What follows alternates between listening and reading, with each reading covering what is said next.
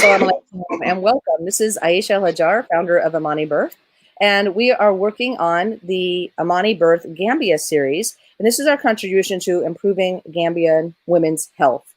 We really truly feel at AMANI Birth that in Gambia, the women deserve the same kind of education and information that we are providing to women all over the world so that they can take their own steps in educating themselves and doing the things necessary to have as healthy and as healthy a pregnancy as possible, as healthy a baby as possible, and the best outcomes as possible. I want to introduce you to my dear friend, Salama. She is coming to us from Maryland in the United States, and she has a heart to support the Gambian women. I believe she spent time there. She has family there. So she is really the one who's brought Gambia to the forefront for us here at AMANI Birth. And I'll let Salama a little bit more about her journey, and I'll let her introduce the other to you as well. Assalamu alaikum, and joining us is Sigma Cisse. This is our first AMANI Birth dad in the Gambia, and he's going to be joining us with our series that we'll be presenting with topics to increase Gambian women understanding and knowledge of how to prepare during their pregnancy for a healthy pregnancy and healthy baby, and better outcomes during their labor and birth. So, Aisha, I guess like one of the first things I wanted to talk about was the built-in safety nets that AMANI Birth Education teaches us that Allah subhanahu wa ta'ala created for women during their pregnancy. And one of these safety nets is the 50% increase of blood volume during their pregnancy. And this is huge for the women there for sure, because I know that there's a lot of, anytime we're talking about countries, Gambia and the neighboring countries, we're talking about risk to mothers' lives due to postpartum hemorrhages. And a huge issue is not necessarily the amount of blood loss. That's an issue, of course, but how much blood loss can any particular mother tolerate, right? So like a blood loss for me of a certain amount might be okay for me, but it might kill someone else, right? Or a blood loss for you might kill me, right? So it's the actual number, the quantifiable number is less important as to how much can I tolerate as a individual person. Right. And that goes back to my own health status, my own current blood volume, et cetera, et cetera. And so I'm glad that you mentioned, number one, I'm glad that you mentioned the increased blood volume, but I want to back up a step, and you mentioned safety nets. So I want to hit that first, and then we'll talk about that specific safety net. Okay. So one of the things that we do at AMANI Birth is we look at the childbearing journey from two perspectives. One is very thorough science, evidence-based, what we know today as mankind and science.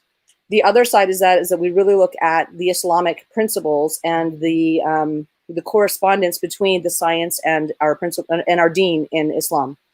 So we like to take a look at, what does the evidence say? We want to be very thorough with that, but then we also want to link that back to our religion, because there's so much, subhanAllah, in our deen that if we apply it properly would help us on our childbearing journey. But, we read the Quran and we don't really read into the nuances that's underneath of that. And so that's kind of where AMANI, that's like where we're coming from. And we're really here, like we support all women regardless of the religion, but we really, really want to reach the Muslim woman in particular. And so I'm really happy to be, on this venue where perhaps we can reach more women in the Gambia and hopefully, inshallah, improve their outcomes. And you can't wait. You can't wait for the medical community to improve your outcomes, guys. Absolutely. Like we need to step up and take control ourselves. Absolutely. Because nobody's more vested in your outcome than you. In your own self, exactly. Right. And the woman in her family. And these tips that we're going to be providing over the next few weeks, several weeks, inshallah, are tips that the women can take as well as her family to encourage her to take. So this is definitely a joint effort between the mother, the husband, the family, whoever is supporting the woman during her pregnancy. And also to say to women that if you know that you're a childbearing age, start taking these steps early, pre-conception. Yes, please. Yes, please.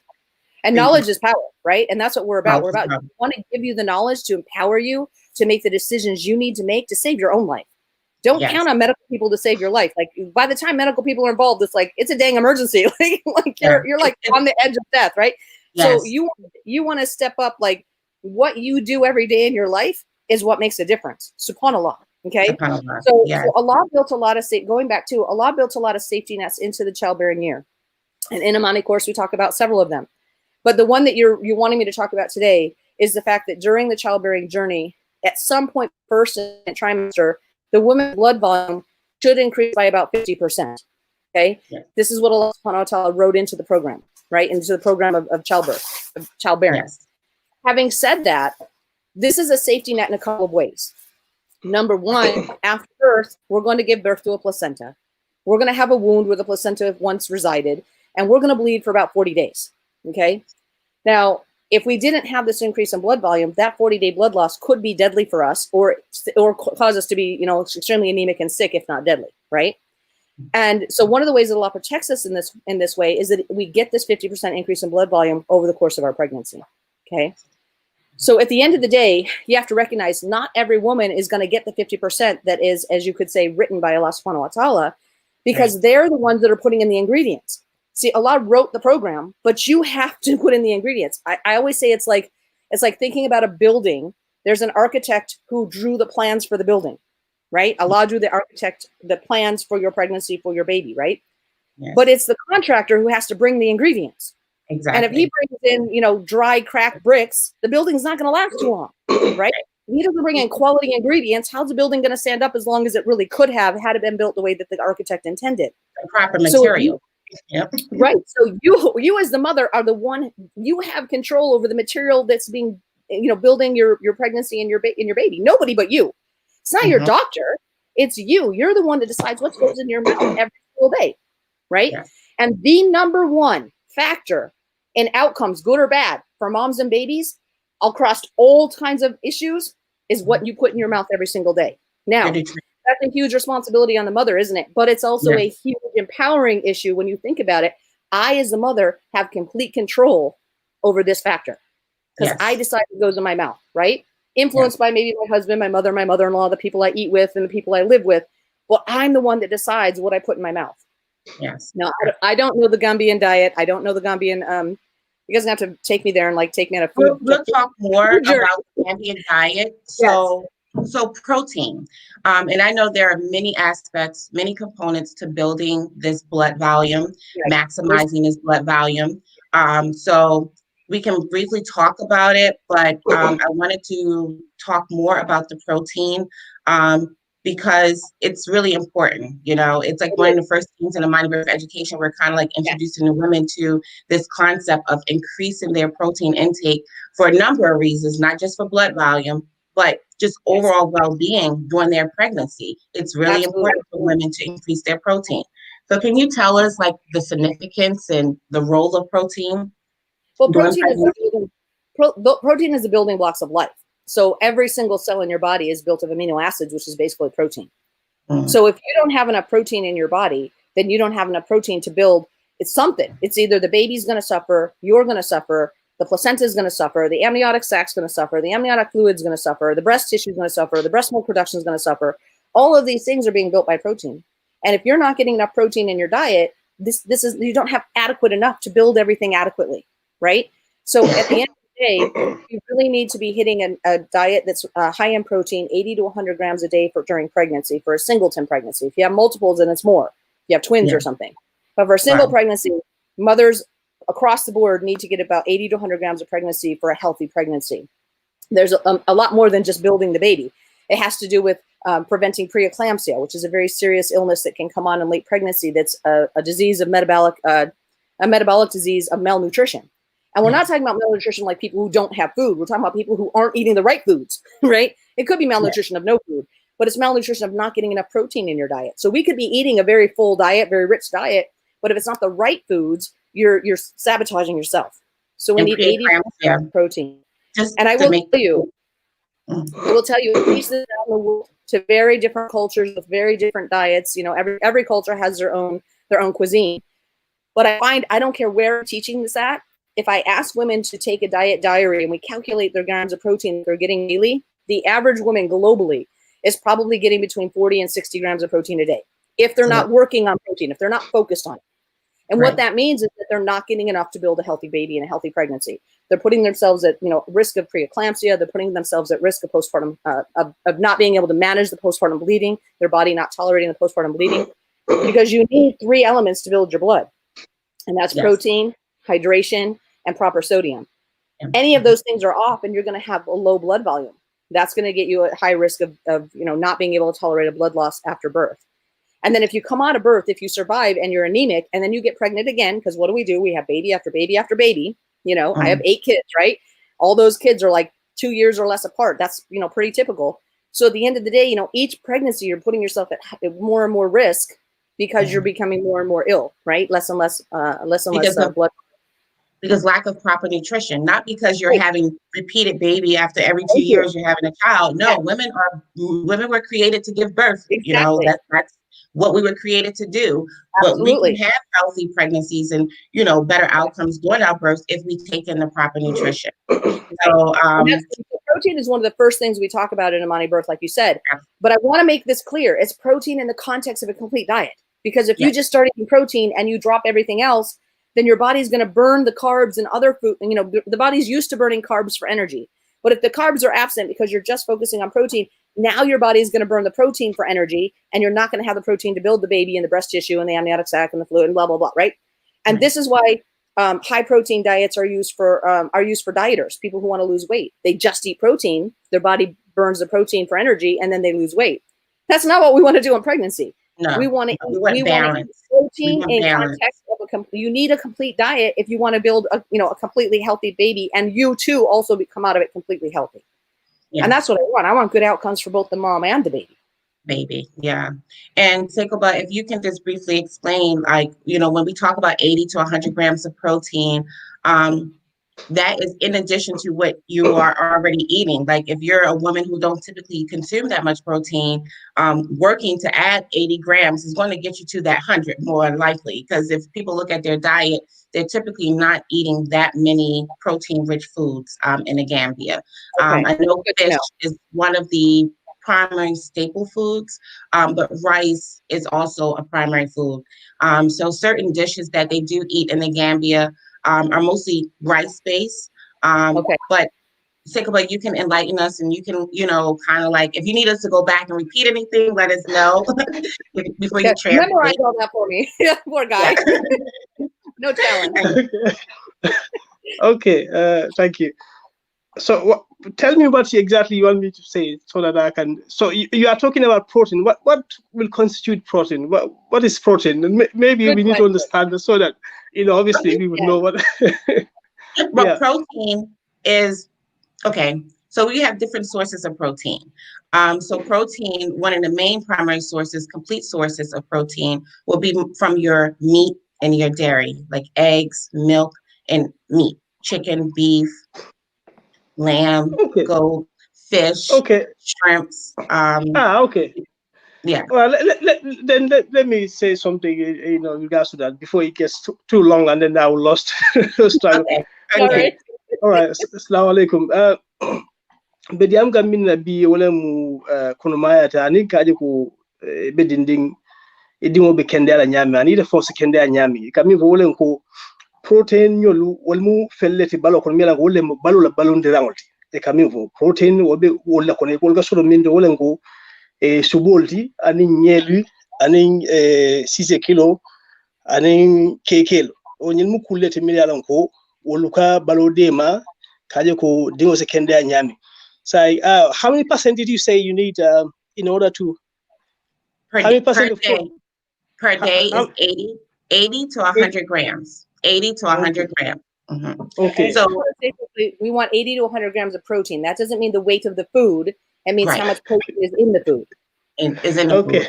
So to give you an example, like a chicken leg. So the thigh and the leg of the chicken would constitute about 60 grams of protein. Eating the thigh and the leg together would be about 60 grams of protein.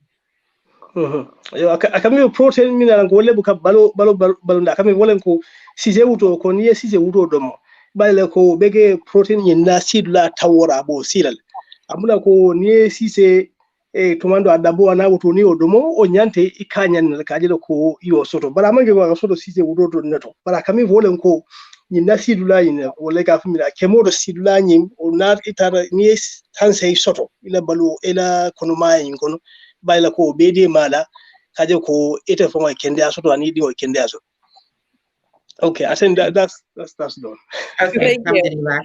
Thank you. And so Aisha, just to wrap things up, like you said, there are different components to building blood that we will talk about through other series. But again, Seikova, she mentioned that coupled with the protein we need for building blood, because this is a major issue in the Gambia with postpartum hemorrhaging, that women need to make sure they have a balanced diet. So we're not looking just for increasing the protein and not having a balanced diet with carbs. And when we talk about carbs, we're talking about, well, healthy carbs, like the sweet potatoes, the root type of foods that you all eat in Gambia. You have a balanced diet when it comes to carbs, in my opinion. For what I see, the rice that you all eat, the different vegetables that you're adding to your dishes, but also making sure that they have proper intake of salt. In Gambia, sometimes when women are diagnosed with preeclampsia, which is typically the onset of having like high blood pressure during their pregnancy, late stages of their pregnancy, some people may tell them, oh, well, you need to reduce salt. Well, no, actually, that's going to do more harm to you. Having a balanced diet with proper salt intake when you're seasoning your food with healthy salts. We don't want the foods that like the artificial seasonings that people put, but the actual salt, like, season your food to taste with that, and drinking adequate amount of water. And we will talk more about that through our other series about proper hydration. But it's a balance, and that's what we want women to get across to them in this series today, is that starting today, watch what you're eating when it comes to protein. Start looking at your foods and saying, am I eating enough fish? One of the things families can do, if you have a pregnant woman in your compound, give her extra meat, give her extra fish, give her a whole fish to herself. And make sure that in every meal, if in the morning she needs 2 eggs, give her 2 eggs. Encourage her to eat eggs for her breakfast. Beans are also another very protein-rich food, but it's not a complete protein. So she may have to eat that bean with some salad so to get the full protein. And we talk about that in the AMANI birth education. This is why this education is so important. But so you can truly understand. And inshallah, we ask Allah to make it easy for us to bring this education to the forefront of Gambia. And that's our intention. But until then, we're here virtually. This is our support. This is our guide. People can reach out to us through Facebook messaging if they have any questions. But our goal is to truly try to reach women now, because we want to be more reactive and not. We want to be less reactive and more proactive. And being proactive is starting with our proper nutrition, our diet. So in the chat box, if people are listening, add in comments about different foods that Gambians can eat to increase their protein. I know Demota is another dish that you all eat that is peanut based. Peanuts, nuts have a lot of protein in them. It's a very nutritional meal that oftentimes people cook with fish and beef and chicken or different things. So when you're serving that, give the pregnant mom extra meat. Give her more meat throughout the day. Her meals she should get a separate dish of meat just for herself, for that, for the benefit of her and the baby. And so that is the message that we want to get across today, inshallah. Okay. You want me to say something? Yes. Perhaps just try. Okay. Kaji amin ulenko kaji ko amake ko nibe ni kono so amake ko protein mi alan ko ulem subol ni fengol ba kami fo ulem ko ka fengo so do mi alan ko ibalo e tembe domorola fanal la mi alan ko ole ke ibalo balondi ka kende adila kula kami fo ko ka isa sisel domo isa nye domo isa subol domo oro anin fanal mil yalan ko nako fenol lemu mil yalan ko nako dingol lemu sa fo angal kado vegetable kol sifal domo fana kumale bari ko ni inada kono soto kono maya kola e ka sula yelo lale kado ka fo yelo le bari ko ni ol soto ni balo balu rangol soto minana ko balo balundila e ka fo yelo minna atiye torala bani mo soto e baji la ko ni foda yele jamala wala ka toro sa oto o kammala kaje ko e balo e tra parerin kaje ko ila kono maya ni futatala asatano wala mu kuti mi alan ko kumata ni be kono maya. Okay. Thank you. Yeah. I know you're kind of like lost, like even me, Aisha. Don't worry, I don't understand much either. I sit with the Arabic all the time too, and I don't speak it either, so I'm used to this.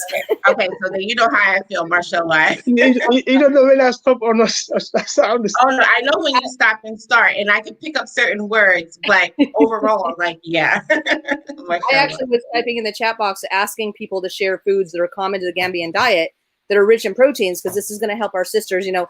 Because like you said, a lot of people, you say eat protein, okay, that doesn't mean anything if you don't know what that means, you know. Right. So you know, speaking to them in their language is beautiful, and then speaking to them about, you know, what do we mean when we say eat protein? Not just why is it important, but what do we mean by that? So that's huge. So yeah. All right, wonderful. All right, so is there anything else that either of you would like to share before we wrap up today? Anything? I would just say join us inshallah next week for our next series, for our next tip. And again, message us, follow us on Facebook, and share any comments, any advice in terms of increasing protein, and in the chat box. Yes, and absolutely subscribe and share. You know, there are so many pregnant women in the Gambia, and you know, you can help us reach them. You know who they are, so you help us reach them. Share this with your friends in your circle. Get this far and wide, because we really want to be giving them tips that are practical, that they can put in their day-to-day life to save their lives.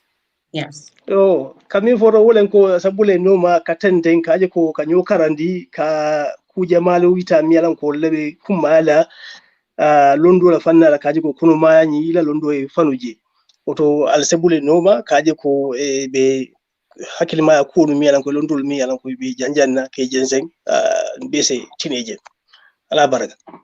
Thank you. I would like to also say, may Allah bless both of you, because, you know, you're both reaching out and taking your time to try to reach these women. And I just want to say, you know, may Allah reward you both. May Allah make it of great benefit to the Ummah. And at the end of the day, may it be a sadaqah jariyah for each of you, because, you know, you never know who you're going to touch. And if it's one woman, it's worth our time. So I would love to see it be millions, but if it's one woman, it is worth our time. So please, let's continue to meet. Let's continue to bring these tips together for the mothers of the Gambia, inshallah.